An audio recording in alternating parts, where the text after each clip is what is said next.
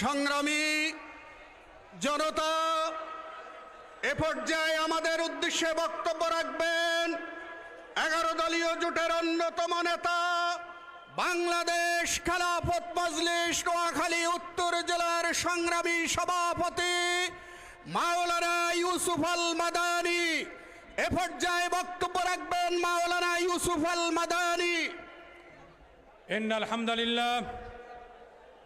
সংগ্রামী সাথী ও বন্ধুগণ, মহান প্রভুর আলিশান দরবারে শুকরিয়া আদায় করি যে আল্লাহ তাবারক ওয়া তাআলা আমাদেরকে আজকে বাংলাদেশ জামাত ইসলামী তথা 11 দলীয় জোটের এই গণসমাবেশে অংশগ্রহণ করার জন্য তৌফিক দান করেছেন।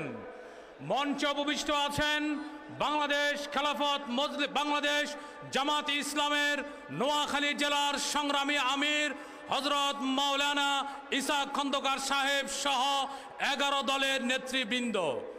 সময়ের স্বল্পতার কারণে দীর্ঘ আলোচনার সুযোগ নেই। আমি সংক্ষিপ্ত আকারে প্রশাসনকে এই মেসেজ দিতে চাই, যদি 12 তারিখ ভোট কারচুপির কোনো ষড়যন্ত্র করা হয় তাহলে শেখ হাসিনা এবং ওবায়দুল কাদের গেছে যেই পথে, ভোট দুর্নীতিবাজরাও যাবে সেই পথে।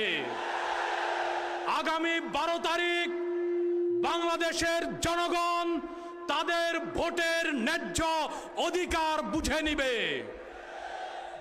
24 সালে যেভাবে আমরা দেশকে স্বাধীন করার জন্য রক্ত দিয়েছি, 2013 সালে যেভাবে আমরা রক্ত দিয়েছি, 2022 সালে মোদি বিরোধী আন্দোলনে যেভাবে আমরা রক্ত দিয়েছি, যদি আগামী 12 তারিখে ভোট কারচুপির কোনো ষড়যন্ত্র হয় তাহলে বাংলাদেশে রক্তের বন্যা বয়ে দেওয়া হবে।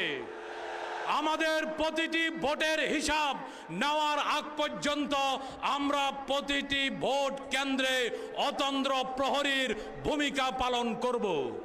আলহামদুলিল্লাহ, আজকে টেকনাফ থেকে তেতুলিয়া, রূপসা থেকে পাতুরিয়া, বাংলাদেশের এক প্রান্ত থেকে আরেক প্রান্ত ইসলামপন্থীরা 11 দলীয় ঐক্যজোট যেভাবে ঐক্যবদ্ধ হয়েছে, যদি আমরা ঐক্যবদ্ধ থাকি আগামীতে 11 দলীয় জোটের নিশ্চিত আমরা বিজয় নিয়ে ঘরে ফিরব।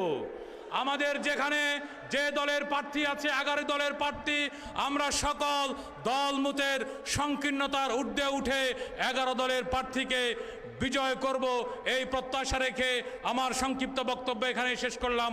ওয়া আখিরু দাওয়ানা আলহামদুলিল্লাহি রাব্বিল আলামিন।